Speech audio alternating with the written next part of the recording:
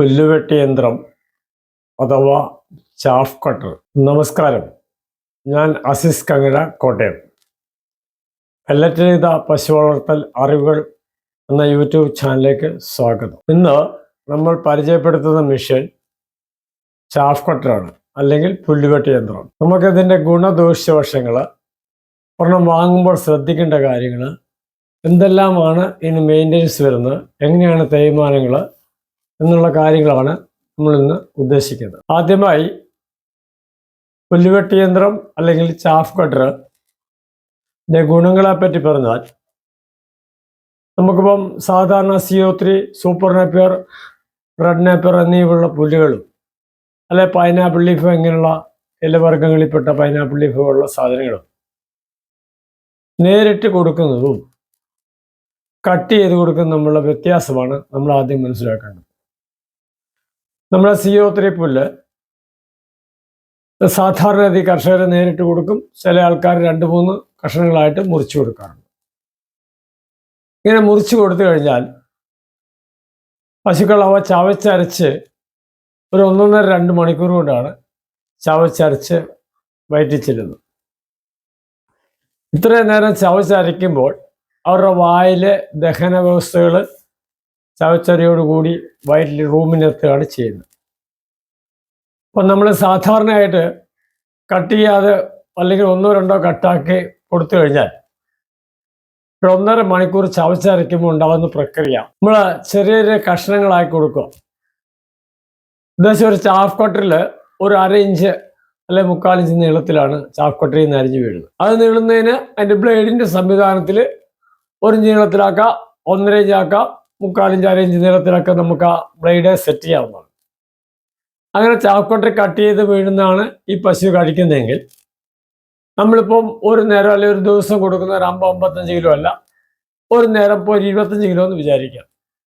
ഇത്രയും പുല്ല് ഒരു 1.5 മണിക്കൂർ ചവച്ചരച്ച് തിന്നുന്നതിന് സമയമായിട്ട് ഈ ചാഫ് കട്ടറെ കട്ട് ചെയ്ത് കഴിഞ്ഞാൽ ഒരു 15-20 മിനിറ്റ് കൊണ്ട് ഇത് ഭക്ഷിക്കും. ഇത് 15-20 മിനിറ്റ് കൊണ്ട് ഭക്ഷിക്കുമ്പോൾ അത്രയും എൻസൈമുകളും ചവച്ചരയ്ക്കുന്ന ആ നഷ്ട സമയവും പശുവിൻ്റെ ദഹന പ്രക്രിയയിലേക്ക് വരാനുള്ള സമയമാണ് നമുക്ക് കിട്ടുന്നത്. കാരണം ഇത് ചവച്ചരച്ച് തിന്ന് സമയം പോകുന്നതിനുള്ളിൽ ഈ ചാഫ് കട്ടറിലാണ് കട്ട് ചെയ്തതെങ്കിൽ, അല്ലെ പുല്ലുവെട്ടി യന്ത്രത്തെ കട്ട് ചെയ്താൽ എത്രയും പെട്ടെന്ന് ഇവർ വയറ്റിൽ ചവച്ചരച്ചെത്തിക്കും. ആ എത്തിയതിനു ശേഷം അവർ കിടന്ന് വീണ്ടയർ പ്രക്രിയ നടക്കുകയാണ്. ആ ഉദ്ദേശം 2 മണിക്കൂർ കൊണ്ട് കഴിക്കേണ്ടത് ചെറുതായി കട്ട് ചെയ്താൽ ഒരു 15-20 മിനിറ്റ് കൊണ്ട് കഴിച്ച് ബാക്കി വരുന്ന സമയം അത്രയും ചവച്ചരച്ച് ദഹന പ്രക്രിയയിലാക്കി പശുവിനത് ഊർജമായിട്ട് മാറും.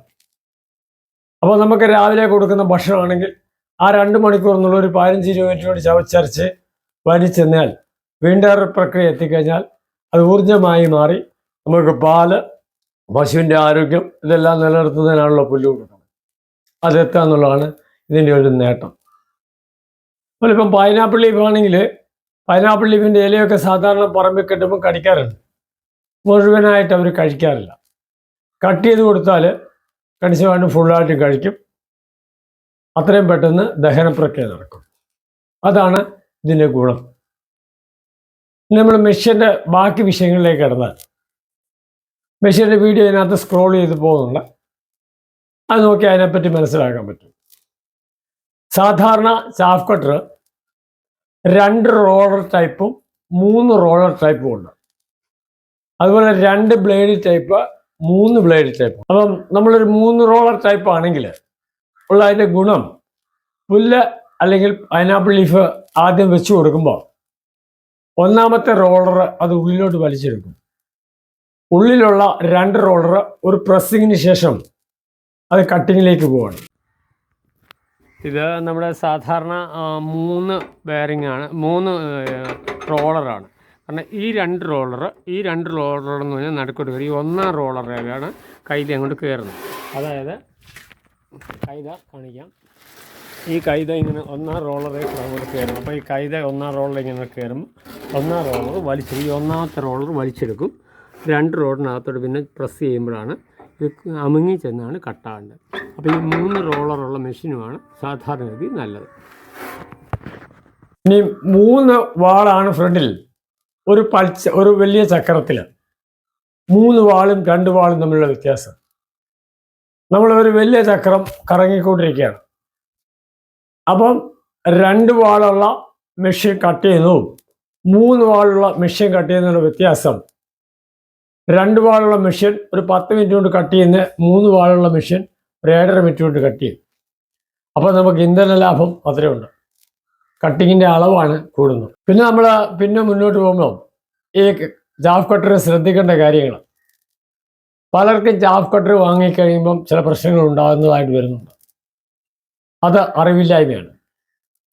നമ്മുടെ ചാഫ് കട്ടറിൻ്റെ ബ്ലേഡിൻ്റെ പടം നമ്മൾ ഇടുന്നുണ്ട്. ചാഫ് കട്ടർ കറങ്ങുന്നുണ്ട്. ചാഫ് കട്ടറിൻ്റെ ബ്ലേഡ് സെപ്പറേറ്റ് കാണിക്കുന്നുണ്ട്. ചാഫ് കട്ടറിൻ്റെ ബ്ലേഡ് ഈ ചാഫ് കട്ടറിൻ്റെ ബോഡിയോട് ചേർന്ന് പോകണം. ഒരു 1 mm മുട്ടിയില്ല എന്നുള്ള രീതിയിൽ പോകണം. അപ്പോഴോ ശരിയായ കട്ടിങ് നടക്കത്തുള്ളൂ. അതുപോലെ തന്നെ ചാഫ് കട്ടറിൻ്റെ ഈ ഉള്ളിലുള്ള 2 റോളർ, അത് നമ്മൾ പൈനാപ്പിൾ ലീഫ് ആയിക്കോട്ടെ CO3 കൊണ്ട് കയറി കഴിയുമ്പോൾ മേളിലോട്ട് പൊങ്ങിയിട്ട് താഴോട്ട് പ്രസ് ചെയ്യണം.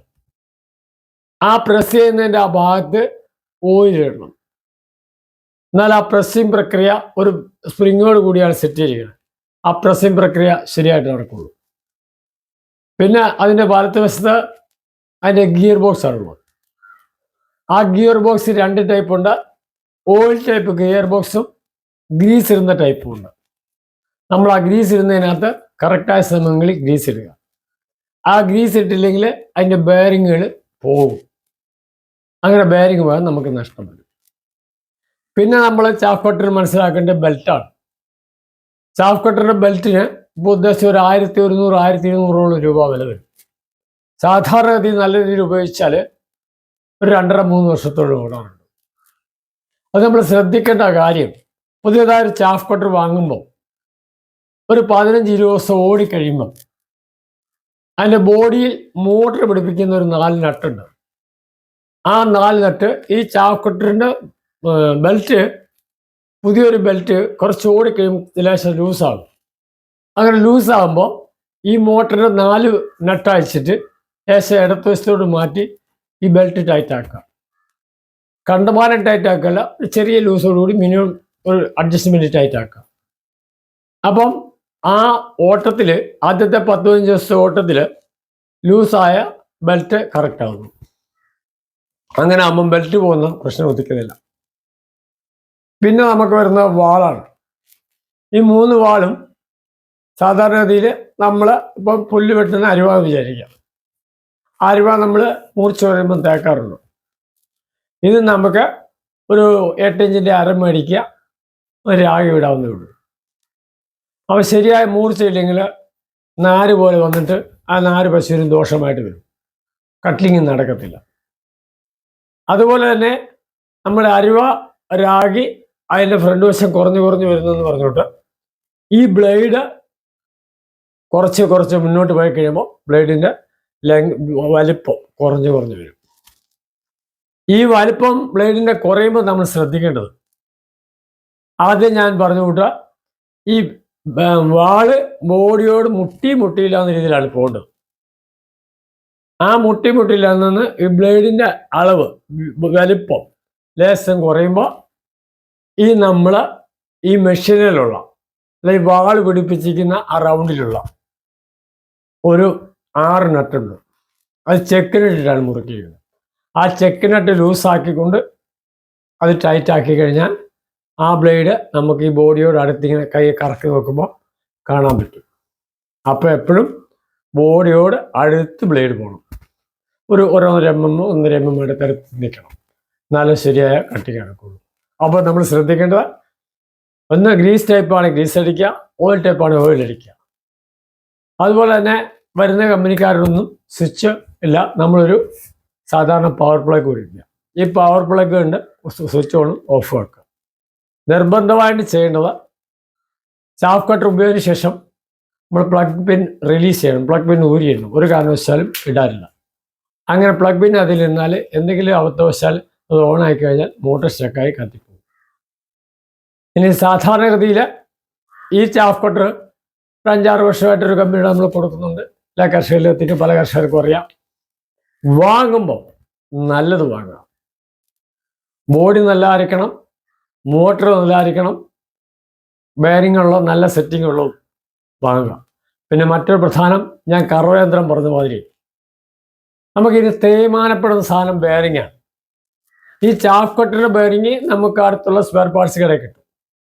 പിന്നെ മുന്നോട്ട് 2-2.5 വർഷം കഴിഞ്ഞ് തേഞ്ഞെന്ന് വന്നാലും നമുക്ക് അതിൻ്റെ ഗിയർ ബോക്സിലായിരിക്കാം. അങ്ങനെ എന്തെങ്കിലും തേഞ്ഞാലും ഏത് കമ്പനിയാണോ ആ കമ്പനിക്ക് രണ്ടാമത് പാർട്സ് കിട്ടുന്നതായിരിക്കണം. അപ്പം ഞാനൊരു ചാഫ് കട്ടർ നിങ്ങൾക്ക് തരികയാണെങ്കിൽ ഞാൻ നാളെ ഇല്ല എങ്കിലും 2 വർഷം കഴിഞ്ഞാണെങ്കിലും നിങ്ങൾക്ക് അതിൻ്റെ പാർട്സ് കിട്ടണം. അപ്പോൾ നിലവിൽ ഓടിക്കൊണ്ടിരിക്കുന്ന ഒരു കമ്പനിയുടേതും രണ്ടാമത് പാർട്സ് കിട്ടുന്നതുമായ സാധനങ്ങളെ വാങ്ങാവുള്ളൂ. നമുക്കിവിടെ കേരളക്കാർക്കാരനെയുമായിട്ടുള്ളത് തമിഴ്നാട്, കർണാടക സംസ്ഥാനങ്ങളിൽ നടക്കുന്നതായിരിക്കും കറവയന്ത്രവും ഈ ചാഫ് കട്ടറും ഒക്കെ നല്ലത്. കാരണം നമുക്ക് അവൈലബിലിറ്റി, ലഭ്യത, ഒരു കംപ്ലൈൻറ്റ് വന്ന് 2-3 നോക്കം കൊറിയയിൽ കിട്ടണം. ഇങ്ങനെയുള്ള സാധനങ്ങൾ എടുത്താൽ വലിയ പരാജയങ്ങൾ വരാറില്ല. വാങ്ങുമ്പോൾ നല്ലത് വാങ്ങുക. ഈ ചാഫ് കട്ടറിൻ്റെ വീഡിയോ ഇതിനകത്ത് കാണിക്കുന്നുണ്ട്. അതുപോലെ തന്നെ അതിൻ്റെ ബെയറിങ് കാണിക്കുന്നുണ്ട്, വാള്, ഇതെല്ലാം ഇതിനകത്ത് കാണിക്കുന്നുണ്ട്. ഇതെല്ലാം നോക്കി വാങ്ങുക, നഷ്ടപ്പെടാതിരിക്കുക. വാങ്ങുമ്പോൾ നല്ലത് വാങ്ങുക. അടുത്തൊരു എപ്പിസോഡിൽ അടുത്തൊരു മോട്ടറോ അല്ലെങ്കിൽ ഈ പശു സംബന്ധമായ മെഷീനറികളെ പറ്റി സംസാരിക്കാം. നന്ദി, നമസ്കാരം.